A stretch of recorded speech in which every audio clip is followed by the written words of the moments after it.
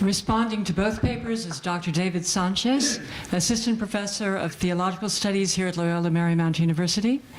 Of his many current areas of research, the most pertinent to tonight's event is his expertise in Guadalupean studies and in contemporary Guadalupean iconography.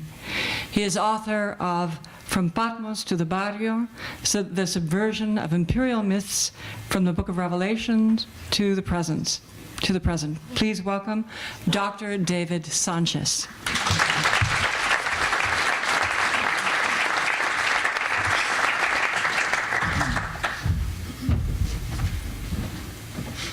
Good evening.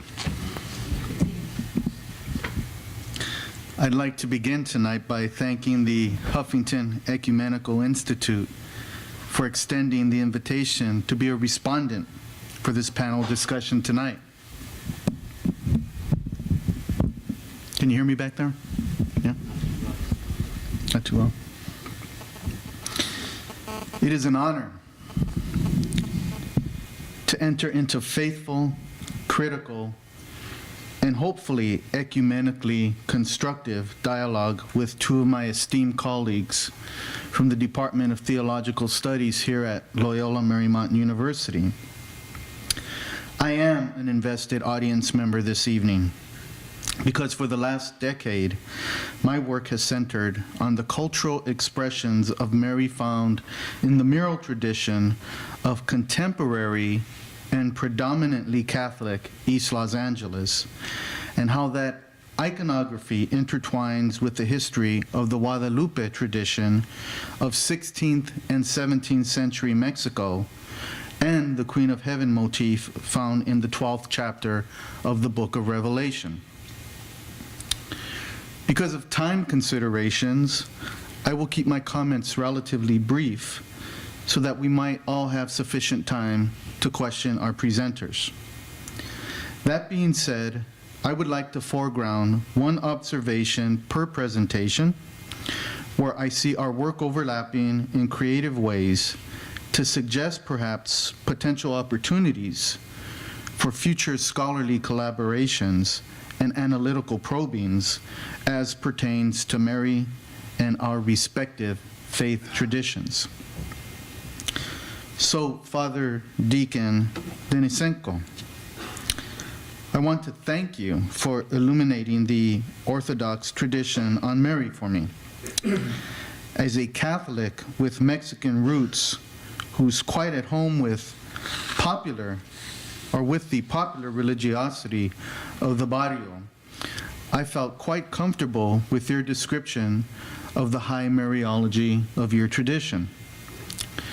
This is definitely one point of contact that we share. However, what struck me most about your presentation was your description of how the Crusaders removed the icon of Mary in 1204, the Common Era, during the attack of Constantinople, and then appropriating her, much like the Orthodox Greeks did, as the Crusaders' protector. Here the conquerors adopt the icon of the conquered.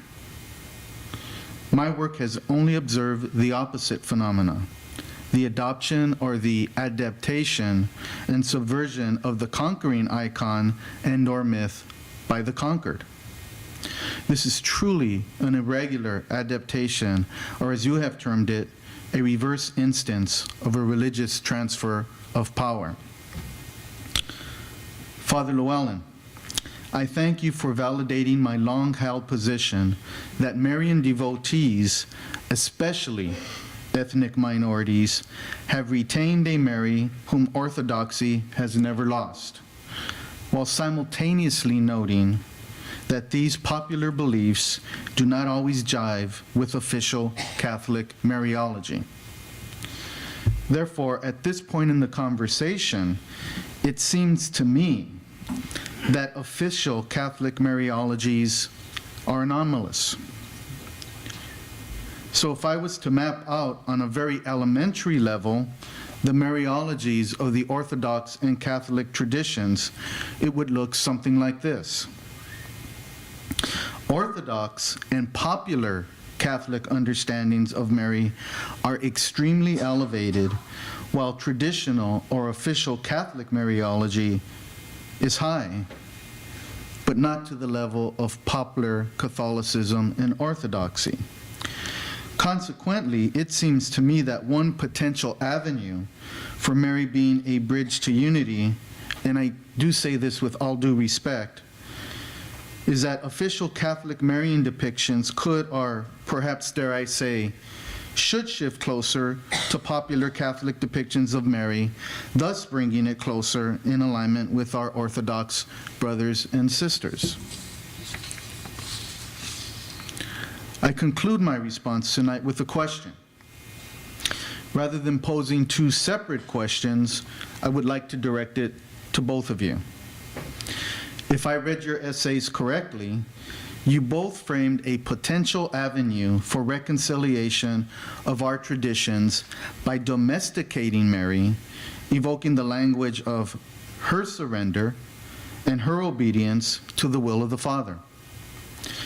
Mary, the majestic provocateur and heavenly advocate of both of our traditions, or portions thereof, is therefore relegated, or more accurately, limited to faithful, however docile servitude, as you both depict and suggest that she is depicted in the gospel text. This, in my estimation, from the perspective of cultural anthropology and gender studies, is a paradoxical and painful twist and subtly reformational. We are tradents not only of text, but of our living traditions. Not an easy confession for a biblicist to make. And Mary has a rich, complex, and highly textured life in that realm. So I suppose my concluding question is, isn't one other possibility for visioning Mary as a bridge for reconciliation between our traditions to look to higher Mariologies rather than the least common textual denominator concerning Mary? It would seem to me that that template is already in place between popular Catholic and Orthodox conceptions of Mary. No pun intended. Thank you.